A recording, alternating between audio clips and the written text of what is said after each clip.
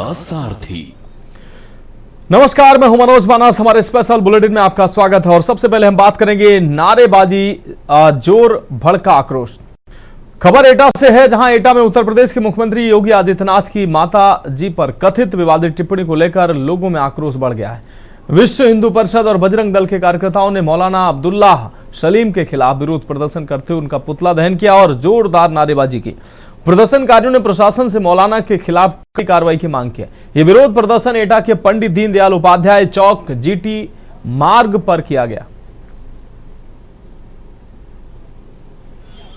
उत्तर प्रदेश के मुख्यमंत्री योगी आदित्यनाथ की मां पर यानी अभद्र टिप्पणी करने वाले मौलाना के खिलाफ एटा में आज विरोध प्रदर्शन किया जा रहा है। साथ ही साथ एक पुतला भी बनाया गया है, जिसका इन पुतला दहन भी किया जाएगा। यहाँ पे कुछ कार्यकर्ता हैं, हिंदू नेता हैं, उनसे कार्यकर्ताओं से बात करते हैं कि मतलब किस तरीके से ये टिप्पणी की गई है। क्या नाम है आपका? शिवांग गुप्ता। जिस तरह देश के संत गौरक्ष पीठाधीश्वर माननीय मुख्यमंत्री उत्तर प्रदेश योगी आदित्यनाथ जी की मां को लेकर एक तथाकथित मौलाना जो कि गधा है और उसने उनकी मां को लेकर अभद्र टिप्पणी की है, उत्तर प्रदेश प्रशासन, पुलिस प्रशासन को चुनौती दी है। उनके द्वारा जो गौवंश गाय के प्रति जो सख्त कानून उत्तर प्रदेश में है, उसको चुनौती देते हुए उसने कहा है। तो मेरा उत्तर प्रदेश पुलिस से निवेदन है, ऐसे गधे को उत्तर प्रदेश में लाकर उसके सिर में गोली मारने का कार्य करे प्रदेश सरकार। और भी कार्यकर्ता है, उनसे बात करेंगे। क्या नाम है आपका? मेरा नाम श्याम सिंह यादव है। श्याम सिंह जी, आज यानी पुतला दहन भी किया जा रहा है और ये मतलब ये मौलाना है जो कट्टर मौलाना है, तो इसके खिलाफ यानी आज पुतला दहन के बाद यानी क्या आप यानी आश्वासन मतलब मांग करेंगे? हम शासन से, प्रशासन से यही मांग करेंगे कि ये जो कट्टरवादिता जो फैल रही है, इसको रोकने का कार्य किया जाए और इन लोगों का सीधा एनकाउंटर किया जाए, क्योंकि जब तक एनकाउंटर नहीं होगा इनके मन से ये डर नहीं निकलेगा। इनके बिल्कुल निरंकुश हो चुके हैं कि जिस पर चाहे उस पर अभद्र टिप्पणी, देवी देवताओं पर टिप्पणी, गाय माता पर टिप्पणी, हमारे माननीय मुख्यमंत्री श्री योगी आदित्यनाथ जी की मां के ऊपर टिप्पणी करने वाले लोगों के मन से डर निकल गया है। जब तक ऐसे 2-4 लोगों का एनकाउंटर नहीं होगा तब तक इनके मन में डर नहीं बैठे। और भी कार्यकर्ता हैं। क्या नाम है आपका? गौरव शर्मा। गौरव जी, आज सीएन पुतला दहन भी इस्लामिक कट्टरवाद मुर्दाबाद के नारे भी लग रहे हैं, क्या कहना चाहेंगे? बड़ी से बड़ी कानूनी कार्रवाई होनी चाहिए और बुलडोजर से जो कार्रवाई होती है वो भी मुख्यतः उसमें भूमिका होनी चाहिए। प्रॉपर्टी भी उनकी छीन लेनी चाहिए जहाँ तक है, और जो कड़े से कड़ा नियम है वो करना चाहिए। बिल्कुल, ये थे हमारे साथ ये जो कार्यकर्ता हैं, पूरी तरह से यहाँ इन्होंने एक पुतला भी बनाया है जिसको यानी वो दहन भी करेंगे। एटा से एक ज्ञानेश कुमार की न्यूज़ इंडिया। तो पंडित दीनदयाल उपाध्याय चौक पर प्रदर्शन करते नजर आए लोग। विवादित टिप्पणी पर भड़का जन आक्रोश। विश्व हिंदू परिषद और बजरंग दल ने पुतला फूंका है और ज्ञानेंद्र कुमार हमारे संवाददाता अधिक जानकारी के लिए हमारे साथ जुड़ गए हैं। ज्ञानेंद्र, पंडित दीनदयाल उपाध्याय चौक पर विरोध प्रदर्शन किया गया, जिस तरीके से मुख्यमंत्री योगी आदित्यनाथ की मां पर अभद्र टिप्पणी करने वाले मौलाना का विरोध दर्ज कराया गया, क्या कुछ अहम जानकारी इस दौरान सामने आई? जी मनोज जी, बिल्कुल बता दूं आपको, उत्तर प्रदेश मुख्यमंत्री योगी आदित्यनाथ की माताजी पर कथित विवादित टिप्पणी के विरोध में लगातार भड़क रहा आपको विश्व हिंदू परिषद और बजरंग दल के कार्यकर्ताओं ने मौलाना अब्दुल्लाह सलीम का पुतला दहन कर जोरदार नारेबाजी की है। वहीं आपको बता दें, मौलाना सलीम मुर्दाबाद एवं जल्द कार्रवाई के नारे से पूजा सहित पार्क एवं मायापल्ली का चौराया मौलाना के खिलाफ कड़ी कार्रवाई और सिर में गोली मारने की मांग उठाई है। वहीं आपको बता दें, कहीं ना कहीं इस मौलाना के खिलाफ पूरी तरह से एटा जनपद में पूरी तरह से आक्रोश है। जिस तरीके से कार्रवाई उत्तर प्रदेश की पुलिस को करना चाहिए, वहीं गोली की सिर में गोली मारने की मांग उठाई है। जी मनोज। निश्चित रूप से ज्ञानेश से इस तमाम जानकारी के लिए आपको बहुत शुक्रिया। तो नारेबाजी के बीच कड़ी कार्रवाई की मांग भी लोगों ने की है, पुतला दहन किया है। पंडित दीनदयाल चौक पर यह विरोध प्रदर्शन एटा में देखने को मिला है। विवादित टिप्पणी पर भड़का ये जन आक्रोश। विश्व हिंदू परिषद और बजरंग दल ने विरोध प्रदर्शन किया और पुतला दहन किया।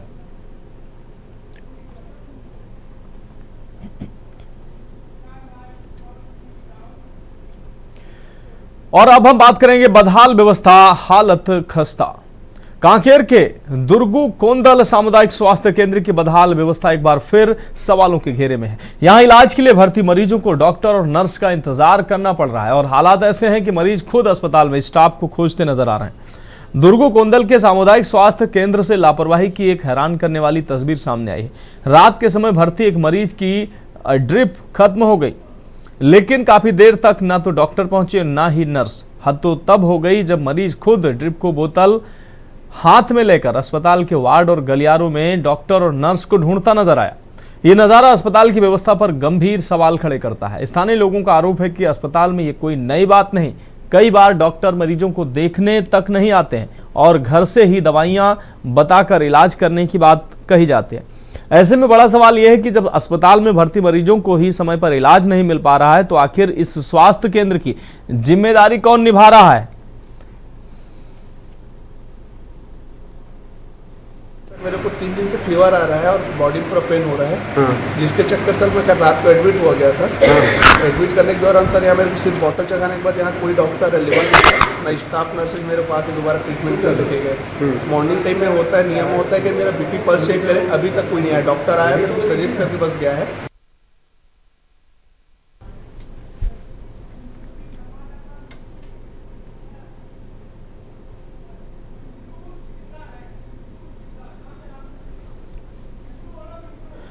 और इस खबर पर अधिक जानकारी के लिए हमारे संवाददाता मिंटू सिकदर हमारे साथ जुड़ गए हैं। मिंटू, दुर्गू कोंडल में अस्पताल खुद बीमार है, अस्पताल की व्यवस्था बदहाल है, डॉक्टर अस्पताल में मिलते नहीं है, ऐसे में कैसे मरीजों का इलाज हो पाएगा? सरकार की जो नीति है, व्यवस्था है, उसका कैसा मजाक ये डॉक्टर बना रहे हैं?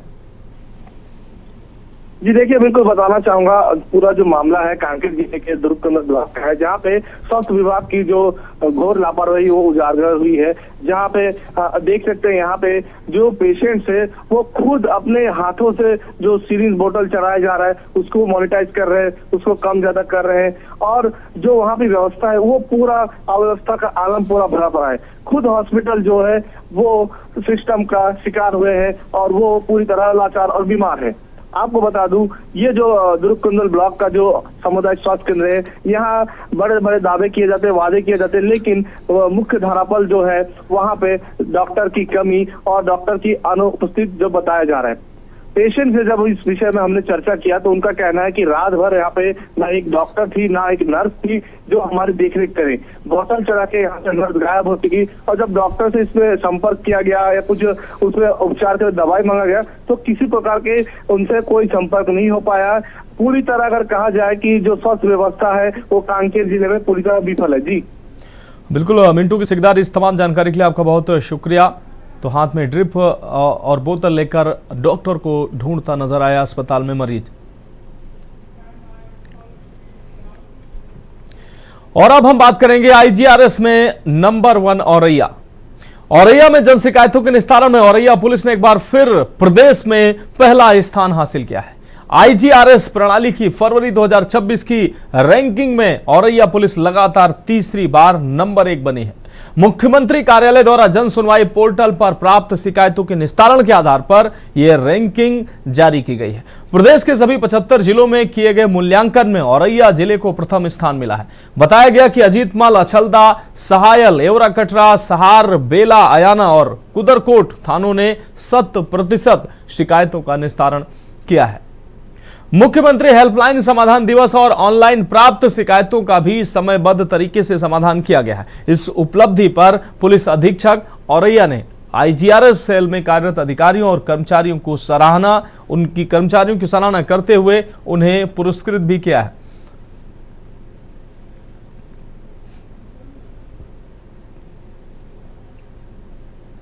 तो जन शिकायत निस्तारण में औरैया पुलिस प्रदेश में नंबर 1 स्थान पर आई है। IGRS रैंकिंग में फरवरी माह 2026 में पहला स्थान औरैया जनपद को मिला है। लगातार तीसरी बार औरैया पुलिस नंबर 1 पर पहुंची है। प्रदेश 75 जिलों में औरैया को पहला स्थान मिला है।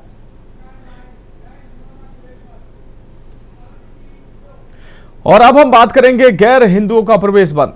खबर देहरादून से, जहां बद्री केदार मंदिर समिति ने चारधाम यात्रा के दौरान गैर हिंदुओं के प्रवेश पर रोक लगाने का प्रस्ताव रखा है। इस प्रस्ताव के बाद चारधाम यात्रा से पहले ही प्रदेश की सियासत में बयानबाजी तेज हो गई है। कई राजनीतिक और सामाजिक संगठन इस मुद्दे पर अपनी राय व्यक्त कर रहे हैं। प्रदेश के क्षेत्रीय दल यूकेडी के केंद्रीय महामंत्री देवचंद्र उत्तराखंड ने कहा कि चारधामों में गैर हिंदुओं के प्रवेश पर रोक लगाने की बात से तीर्थाटन और पर्यटन पर नकारात्मक असर पड़ सकता है। उन्होंने स्पष्ट किया है कि गैर हिंदू प्रवेश वर्जित जैसी बातें किसी भी धर्म की कट्टरता और असहिष्णुता पर सवाल खड़े कर सकती हैं। देवचंद उत्तराखंडी ने राज्य सरकार और मंदिर समिति से अपील की है कि वह इस विषय पर ठोस नीति और स्पष्ट पहल अपनाए ताकि विवाद ना बढ़े और चारधाम यात्रा सुचारू रूप से आयोजित हो सके। उनका मानना है कि धार्मिक स्थलों पर सभी धर्मों के श्रद्धालुओं के सम्मान और सुरक्षा को ध्यान में रखते हुए ही निर्णय लिया जाना चाहिए। यह मुद्दा न केवल धार्मिक क्षेत्र में बल्कि पर्यटन और स्थानीय अर्थव्यवस्था पर भी असर डाल सकता है। प्रशासन और मंदिर समिति के लिए यह चुनौती है कि वह संतुलित और संवेदनशील दृष्टिकोण अपनाएं।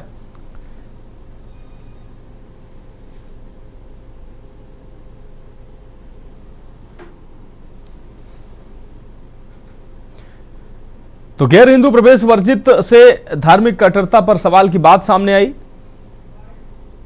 देखिए, इसमें एक सवाल तो आता है, अगर ये किसी भी धर्म की कट्टरता के ऊपर सवाल उठता है, लेकिन जहां तक हमारे उत्तराखंड की बात है, हम लोगों ने पहले से ही एक चीज का माना है कि उत्तराखंड के 4 सिपाही सिख, हिंदू, सिख और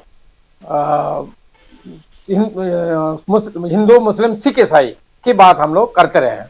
लेकिन जहां तक 4 धामों में है, तो एक हमारा जो मुस्लिम धर्म को छोड़ करके बाकी और धर्मों की आस्था हमेशा रही है, चाहे उसमें जैन हो चाहे सिख हो, और वो लोग भी हिंदू धर्म से अच्छे से मानते हैं। यात्रा में गैर हिंदू के प्रवेश वर्जित पर अब कहीं ना कहीं सवाल भी उठने शुरू हो गए हैं। बद्री केदार मंदिर समिति ने यह निर्णय लिया है और इस खबर पर अधिक जानकारी के लिए हमारे ब्यूरो चीफ राजेश वर्मा जी हमारे साथ जुड़ चुके हैं। राजेश वर्मा जी, 4 धाम यात्रा में गैर हिंदुओं के प्रवेश पर अब रोक प्रस्तावित की गई है और इसको लेकर बद्री केदार मंदिर समिति ने यह प्रस्ताव किया है, जिसको लेकर अब विवाद भी सामने आ रहा है। क्या कुछ अहम जानकारी आप देंगे हमारे दर्शकों को?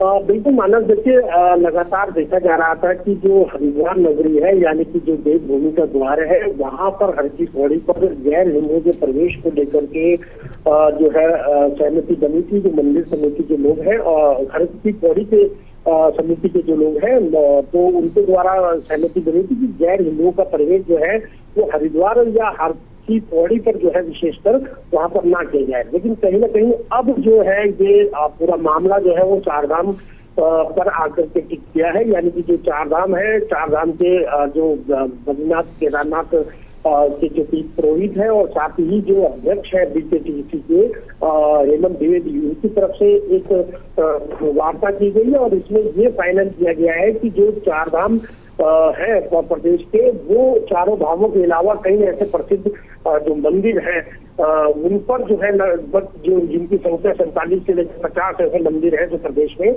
वहां पर गैर हिंदू का प्रवेश जो है वो पूर्ण रूप से वर्जित किया जा रहा है। तो ये एक बड़ी खबर है और कहीं ना कहीं इस पूरी खबर को लेकर के, हालांकि इस पूरे बीकेटीसी की जो ये बैठक हुई है, इसका प्रस्ताव जो है वो सरकार के सामने रखा जाएगा और सरकार इस पर अंतिम फैसला लेकर के इसकी सहमति देगी। लेकिन बीकेटीसी ने ये साफ कर दिया है कि जो बद्रीनाथ है, केदारनाथ है, गंगोत्री है या यमुनोत्री सहित और जो 40 से 50 मंदिर है देवभूमि के अंदर, तो वहां पर गैर हिंदू जो है उनका प्रवेश जो है वर्जित किया जाएगा। तो इस सब प्रकरण को लेकर के अब तक जो है माना तो कहीं ना कहीं राजनीति माहौल जो है वो गर्म होता हुआ नजर आ रहा है, क्योंकि ये मामला जो है उत्तराखंड सदन यानी कि जहां पर गैरसैंण में इस समय विधानसभा चल रही है, तो ये मामला जो है वहां तक भी उठा है और कहीं ना कहीं विवाद के सुर जो है वो देखने को मिल जाए। लेकिन देखिए अब अगले वहां जो है 4 धाम यात्रा शुरू होने जा रही है और सरकार को जल्द ही इस पूरे मामले पर एक निर्णायक निर्णय जो है वो लेना है। हालांकि बीकेटीसी ने साफ कर दिया है कि उसकी तरफ से जो है एक विचार जो है वो सरकार के सामने रखा गया है कि जो गैर हिंदू है उनको चारों धामों जो मंदिर है देवभूमि के अंदर वहां पर उनका प्रवेश जो है वो वर्जित किया जाए। लेकिन देखिए अब अंतिम फैसला सरकार के ऊपर है। राज्य सरकार आखिरकार इसमें क्या प्रस्ताव लाएगी, क्या इसमें फैसला लेगी, ये बहरहाल देखना होगा। लेकिन बीकेटीसी की तरफ से ये तस्वीरें साफ हो चुकी है कि गैर हिंदुओं को प्रवेश को लेकर के साथ ही अन्य जो तीर्थ पुरोहित है चारों धामों के, उनकी तरफ से भी सहमति जताई गई कि जो गैर हिंदू है उनको इन धामों पर न आने दिया जाए। हाँ बिल्कुल राजेश जी, इस तमाम जानकारी के लिए आपका बहुत शुक्रिया। तो चार धाम यात्रा में गैर हिंदू के प्रवेश पर रोक प्रस्तावित हुई है, बद्री केदार मंदिर समिति का ये प्रस्ताव। तो फिलहाल हमारे स्पेशल बुलेटिन में वक्त एक ब्रेक का। ब्रेक के बाद हम बात करेंगे आदमखोर गुलदार की।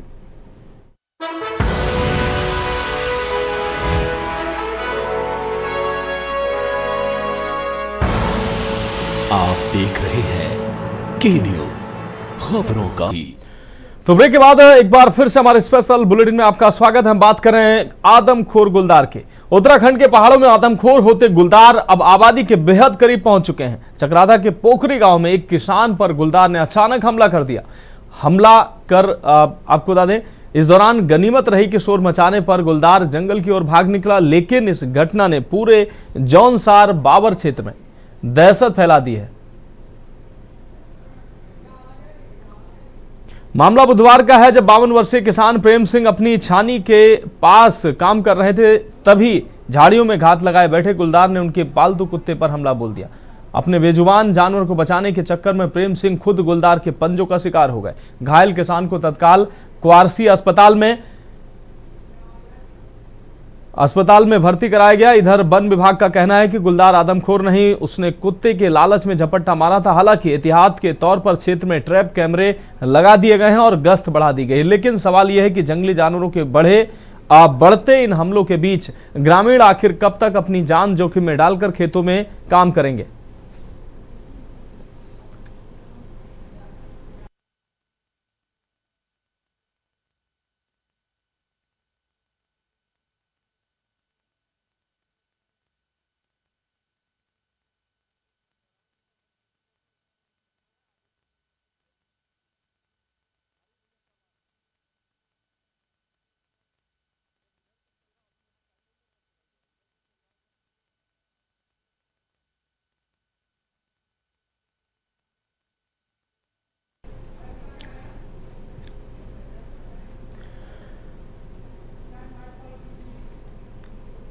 और अब हम बात करेंगे बैठक अहम, सुरक्षा सख्त। आगामी ईद और रामनवमी त्योहार को देखते हुए हजारीबाग में उत्तरी छोटा नागपुर क्षेत्र के पुलिस अधिकारियों की एक अहम बैठक हुई है। इस बैठक की अध्यक्षता बोकारो जोनल आईजी सुनील भास्कर ने की है।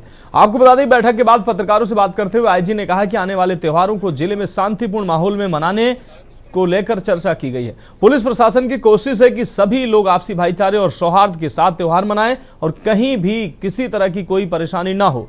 बैठक में इलाके में हो रहे अपराध के मामलों पर भी चर्चा हुई। आईजी ने सभी अधिकारियों को निर्देश दिया है कि अपने अपने क्षेत्रों में पुलिस गश्ती बढ़ाई जाए और किसी भी घटना पर तुरंत कार्रवाई की जाए। जिन जगहों पर हाल ही में वारदातें हुई हैं, वहां अपराधियों की गिरफ्तारी के लिए धरपकड़ अभियान तेज करने को भी कहा गया।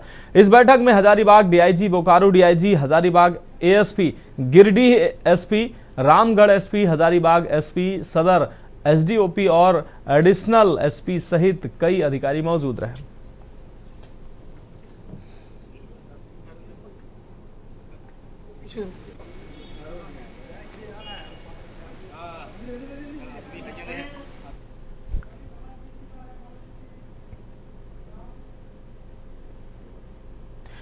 और अब बात अगली खबर की। सीतापुर से अहम खबर सामने आ रही। झोला छाप ने फिर ली मासूम बच्चे की जान। बुखार की समस्या में झोला छाप ने दिया इंजेक्शन। इंजेक्शन के बाद घर पहुंचते ही 5 साल के बच्चे की मौत हुई है। झोला छाप डॉक्टर ने लगाया था मासूम बच्चे को इंजेक्शन। परिजनों की शिकायत पर पुलिस ने कराया पोस्टमार्टम। जनपद के लहरपुर थाना क्षेत्र का यह पूरा मामला है।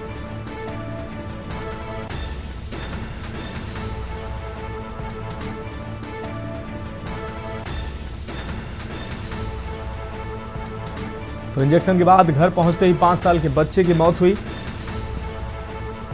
झोला छाप डॉक्टर ने लगाया था मासूम बच्चे को इंजेक्शन। परिजनों की शिकायत पर पुलिस ने कराया पोस्टमार्टम। जनपद के लहरपुर थाना क्षेत्र का है ये पूरा मामला।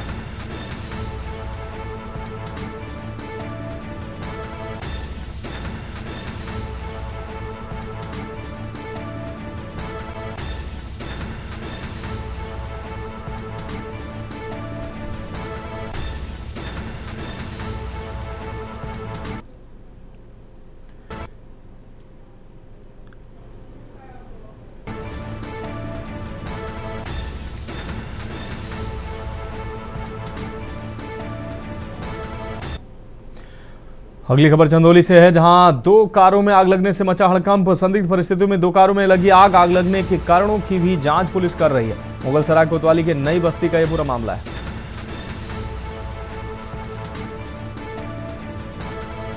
तो ये तस्वीरें सामने आई। आग लगने के कारणों की जांच में पुलिस जुटी हुई है। मुगलसराय कोतवाली के नई बस्ती का यह पूरा मामला है। चंदौली से अहम खबर, 2 कारों में आग लगने से हड़कंप मच गया।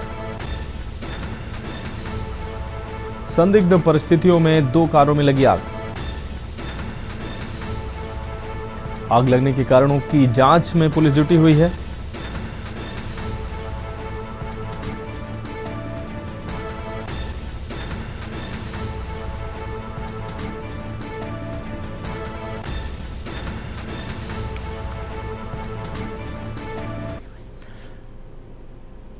फिलहाल खबरों में अभी के लिए मेरे साथ इतना ही। मुझे दीजिए इजाजत और आप देखते रहिए के न्यूज इंडिया।